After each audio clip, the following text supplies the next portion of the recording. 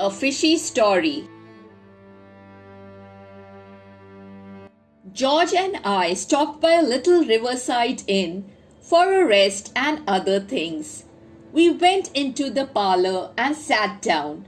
There was an old fellow there smoking a long clay pipe, and we naturally began chatting. As it turned out, we were all strangers in the neighborhood and going away the next morning after a leisurely weekend. A pause ensued in the conversation, during which our eyes wandered round the room. They finally rested upon a dusty old glass case fixed very high up above the chimney piece and containing a trout. It rather fascinated me, that trout. It was such a monstrous fish. In fact, at first glance, I thought it was a cod. "Ah," said the old gentleman, following the direction of my gaze. "Fine fellow that, isn't he?" "Quite uncommon," I murmured, and George asked the old man how much he thought it weighed.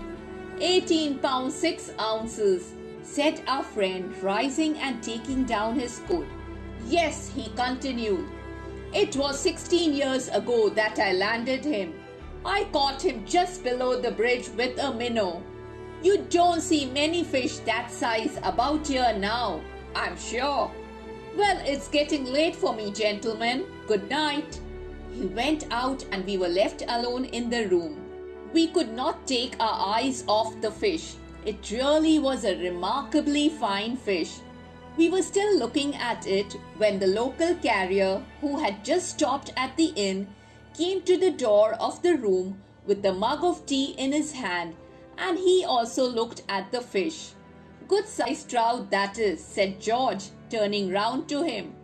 "Ah, you may well say that, sir," replied the man. And then, after a gulp of his tea, he added, "Maybe you weren't here, sir, when that fish was caught?" "No," we told him. "We are total strangers in the neighborhood." "Ah," said the carrier. "Then, of course, how should you? It was nearly 5 years ago that I caught that trout." "Oh, was it you who caught it then?" said I.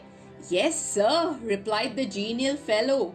"I caught him just below the lock one Friday afternoon, and the remarkable thing about it is that I caught him with a fish hook. I'd gone out fishing, mind you, never thinking of a trout, and when I saw that whopper on the end of my line, I was really taken aback. Well, you see, he weighed 26 pounds. I better be going. Old Harry is waiting for his poultry. Good night, gentlemen, good night." 5 minutes afterwards, a third man came in and described how he had caught it early one morning. And then he left, and a stolid, solemn-looking middle-aged individual came in and sat down over by the window. None of us spoke for a while, but at length George turned to the newcomer and said, "I beg your pardon. I hope you will forgive the liberty that we, perfect strangers in the neighborhood, are taking. But my friend here and myself would be much obliged if you would tell us how you caught that trout up there." "Why, who told you I caught that trout?" was the surprised query. We said that nobody had told us so, but we felt instinctively that it was he who had done it. "Well, it's a most remarkable thing, most remarkable," answered the stolid stranger, laughing, "because as a matter of fact, you are quite right. I did catch it. But fancy your guessing it like that. It really is a most remarkable thing."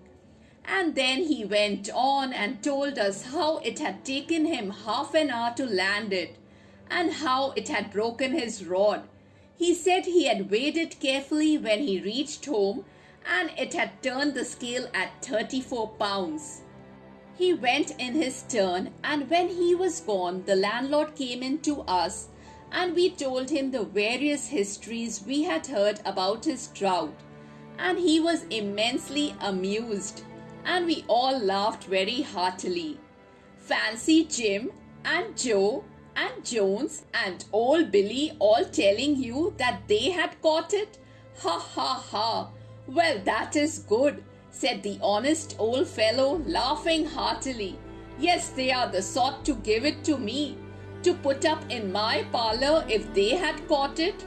They are, he roared with laughter. And then he told us the real history of the fish.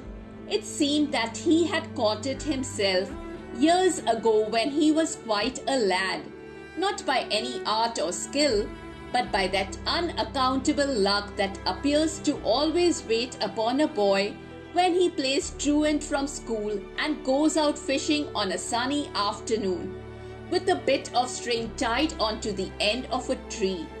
He said that bringing home that trout had saved him from a whacking, and that even his schoolmaster had said that it was an incredible catch. He was called out of the room at this point, and George and I again turned our gaze upon the fish. It was an astonishing trout. The more we looked at it, the more we marveled at it. It excited George so much that he climbed up on the back of a chair to get a better view of it. And then the chair slipped. George clutched wildly at the trout case to save himself, and down it came with a crash. George and the chair on top of it. You haven't injured the fish, have you? I cried in alarm, rushing up. I hope not, said George, rising cautiously and looking about. But he had. That trout lay utterly shattered in 1,000 fragments of white shimmery pieces. Perhaps there lay 999, but I didn't bother to count. We thought it strange and unaccountable that a stuffed trout should break up into little pieces like that. And so it would have been strange and unaccountable if it had been a stuffed trout, but it was not. That trout was plaster of Paris. Hope you found this story interesting. Please do like, share and subscribe for more such videos. Thank you, bye and take care.